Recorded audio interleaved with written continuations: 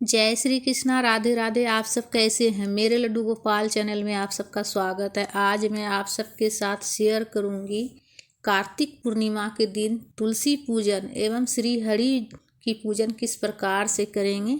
तो देखिए, सबसे पहले जिस जगह पर पूजा कीजिएगा उस जगह को अच्छे से साफ करके एक चौक बना लेंगे। चौक मैं गेरू से बना रही हूँ। आप चाहे तो हल्दी से भी बना सकते हैं, गेरू से भी बना सकते हैं। अच्छे से छोटा सा चौक बना लेंगे। उसके बाद चौक के ऊपर आटा से स्वास्तिक बना लेंगे और अष्टदल कमल बना लेंगे। तो आप स्वाद चाहे तो दोनों तरफ मतलब 2 अष्टदल कमल बना सकते हैं या फिर स्वास्तिक बना सकते हैं। तो मैं एक स्वास्तिक बना रही हूँ और एक अष्टदल कमल बना रही हूँ। तो कार्तिक माह में बहुत ही ज़्यादा मतलब महत्व होता है। तुलसी पूजन का बहुत ज़्यादा फलदायी होता है, अनंत गुना फल की प्राप्ति होती है। कार्तिक महीना सभी महीनों में विशेष महीना है, बहुत ही ज़्यादा महत्व है इस महीने की। इस महीने में हम पूजा पाठ जो भी करते हैं, दान पुण्य जो करते हैं, उन सब से अनंत गुना फल की प्राप्ति होती है हमें।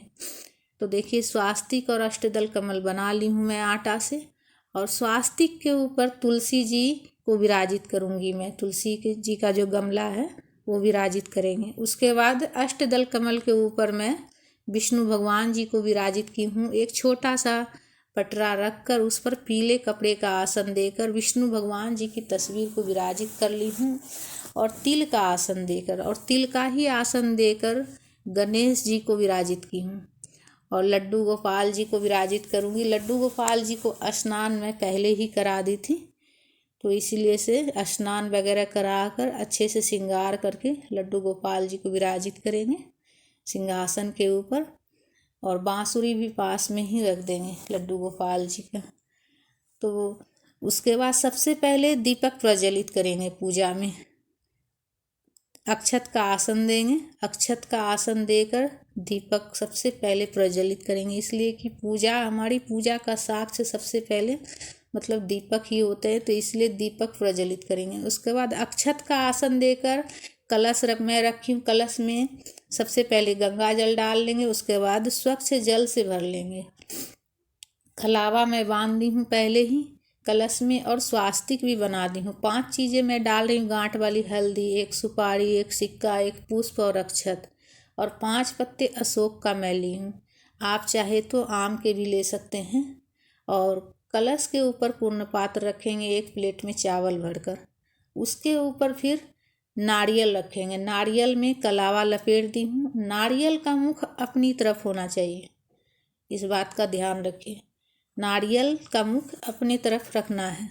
उसके बाद सबसे पहले तुलसी जी में जल चढ़ाएंगे, और जल का छिड़काव करके सभी भगवान जितने भगवान जी हैं सभी को भाव स्नान करा लेंगे जल का छिड़काव करके।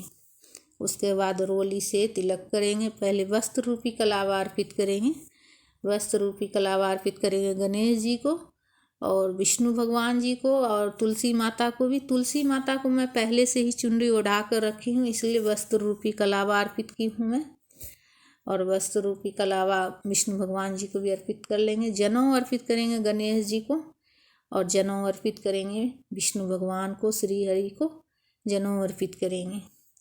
उसके बाद चंदन लगा लेंगे, रोली लगा लेंगे। तो रोली से तिलक करेंगे गणेश जी को। और पीला वाला चंदन हो तो पीला वाला चंदन से विष्णु भगवान जी को तिलक कर लीजिएगा, या फिर नहीं हो तो हल्दी से भी कर सकते हैं। और दीपक का भी पूजा कर लेंगे रोली लगाकर, और माता को सिंदूर लगाएंगे। तुलसी माता का विवाह हो चुका है, तो तुलसी माता को सिंदूर लगा लेंगे। और कलश का भी पूजा कर लेंगे। कलश में भी रोली से तिलक कर लेंगे। तो बिल्कुल सरल विधि से मैं बता रही हूँ फ्रेंड्स। और कार्तिक पूर्णिमा के दिन पूजा करने से बहुत ही अच्छा होता है।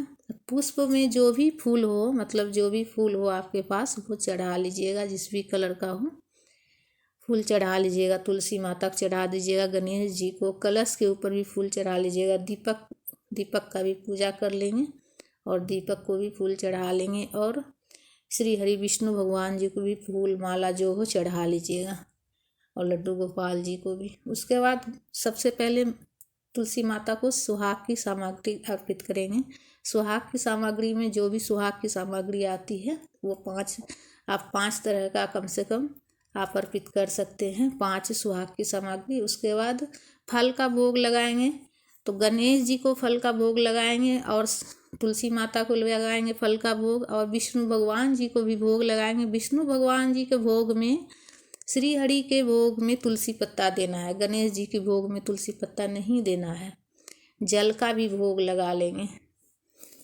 तो बिल्कुल फ्रेंड्स एकदम सरल विधि से मैं बता रही हूँ आप, और बहुत ही मतलब कि अच्छा होता है कार्तिक पूर्णिमा पर पूजा करने से। और पूजा में दक्षिणा भी कुछ जरूर रखिएगा। और पान पर लौंग, इलायची, पान मतलब सुपारी और बतासा पान के ऊपर करके मुख शुद्धि के लिए लास्ट में चढ़ाएंगे जब भोग लगाने के बाद। उसके बाद आरती कर लेंगे। आरती कपूर से कर रहे हैं, प्रेम पूर्वक आरती गाते हुए आरती कर लेंगे तुलसी माता की, विष्णु भगवान जी की आरती गाते हुए, गणेश जी की आरती गाते हुए पूरा परिवार शामिल हो कि कार्तिक पूर्णिमा के दिन पूजा कीजिएगा। आरती करने के बाद हाथ में जल लेकर आचमनी जरूर करें। 3 बार हाथ में जल लेकर घुमाते हुए आचमनी जरूर करें। आचमनी करने के बाद सबसे लास्ट में परिक्रमा की जाती है। पूजा करने के बाद परिक्रमा की जाती है। तो परिक्रमा आप अपने श्रद्धा शक्ति के अनुसार जितना हो सके आप करिएगा। 5 बार, 11 बार, 21 बार, 108 बार परिक्रमा आप कर सकते हैं। जितनी आपकी श्रद्धा शक्ति हो करने की परिक्रमा जरूर कीजिएगा। उसके बाद हाथ जोड़कर प्रार्थना करेंगे तुलसी माता से कि अगर पूजा में कुछ भी गलती हो गई हो तो माँ क्षमा कीजिएगा और हमारी ये पूजा प्रेम पूर्वक स्वीकार कीजिएगा। तो फ्रेंड्स, हमारा ये वीडियो आप सबको कैसा लगा? अगर अच्छा लगा तो लाइक ज़रूर कीजिएगा। सुहाग की सामग्री आप खुद इस्तेमाल कर सकते हैं माता का आशीर्वाद स्वरूप, और प्रसाद पूरे परिवार ग्रहण कीजिएगा।